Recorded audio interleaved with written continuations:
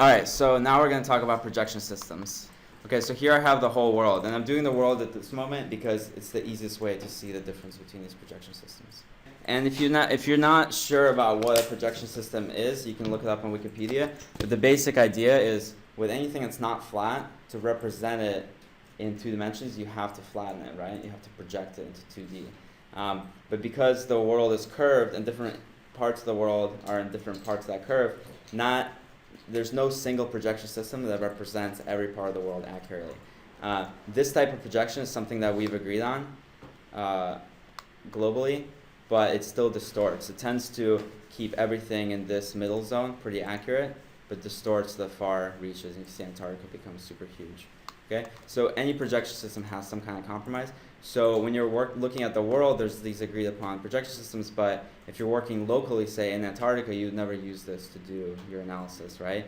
And the way that the projection systems work, they basically, there's a lot of algorithms to how the stretching is done, but they always have a center of where the most accurate locations are, and that's typically where you're working. You can imagine it as like if you take the globe and take a flat sheet of paper and you focus that on the part of the world where you're looking at, and everything as you go out will distort. So projection systems in GIS can be specified in 2 locations. The first is in the actual shapefile. So any shapefile you bring in will already specify which projection system it's using. Okay, and this is when you drop a shapefile into GIS, the projection system of the file kind of takes on that first layer's projection system. So this map was saved as WGS 84. It's the general kind of global projection system. And now our map has the same one, so you see it visualized here.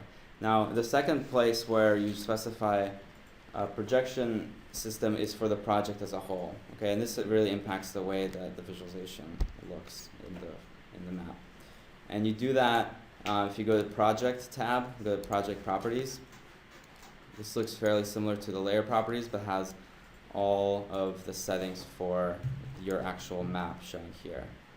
And in QGIS, these 2 things can be separate. You can have different projection systems for different layers, and by default, those projection systems mean that they're actually, the coordinates are different.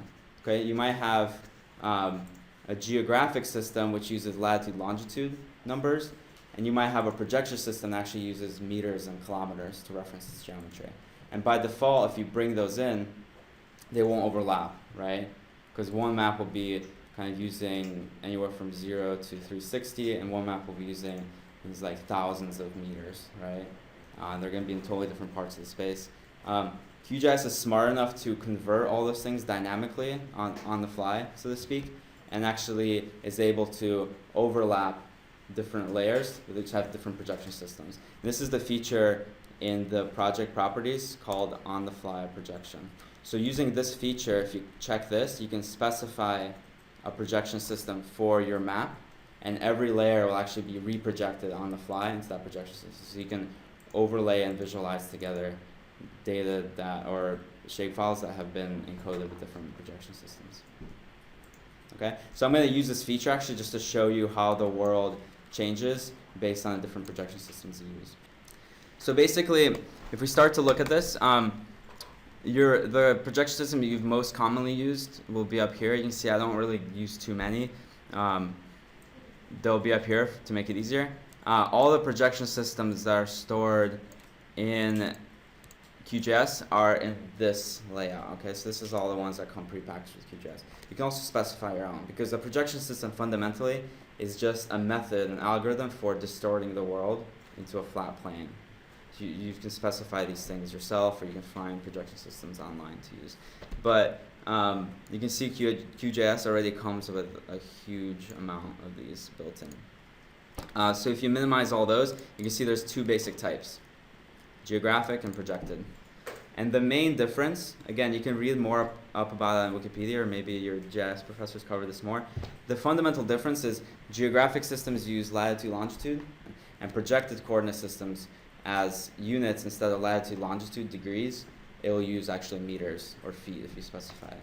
Okay, so that's the fundamental difference. So the key for us is going to be which one do you use at what time, And the main way to think about this, even though there's going to be a lot of issues that we have to troubleshoot with projection systems, the main way to think about it is if you have geographically referenced information, so latitude, longitude, this is most of the data we're going to have coming in. For instance, Weibo check-ins or real estate listings that we geocode in Google, they're going to have latitude, longitude coordinates.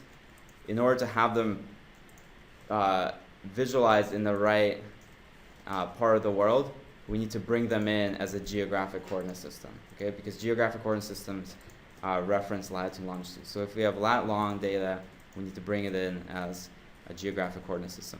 The one I would suggest you use for this class as a geographic coordinate system is WGS 84. It's kind of a standard geographic system, okay?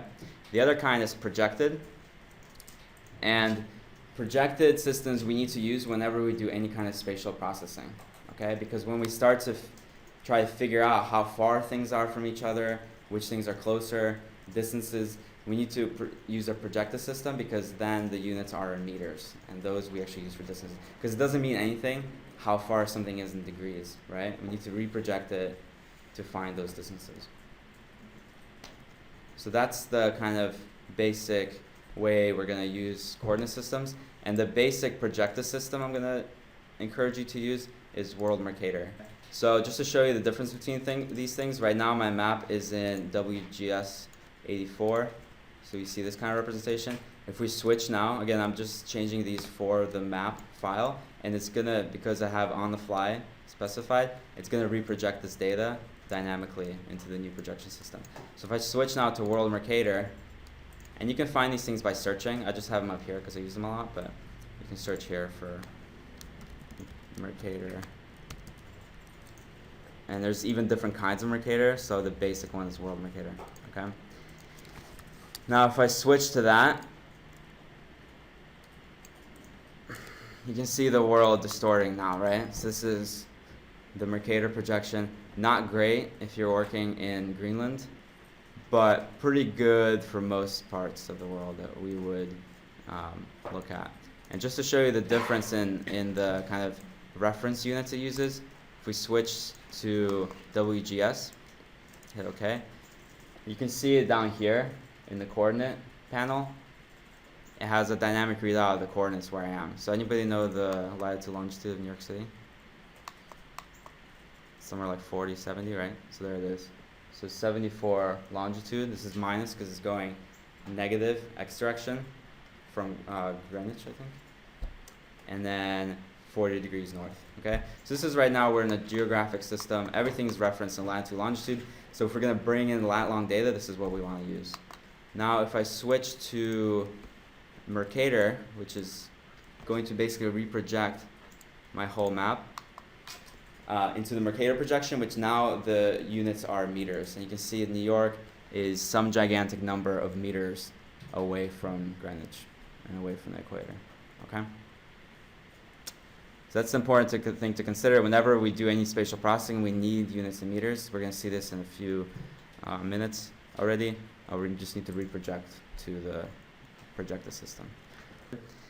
I typically use those two systems for everything. I'll use WGS4 for representation, and I'll use Mercator for calculations.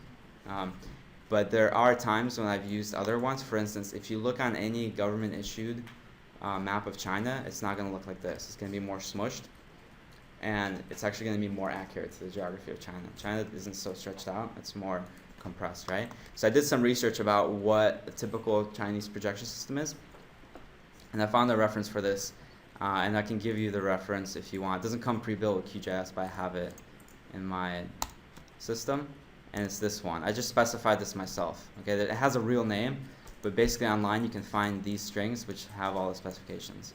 This is a China-based projection system that China uses a lot for its own maps. And you can see what happens to the world. It just gets completely distorted. So this literally puts China at the center of the world.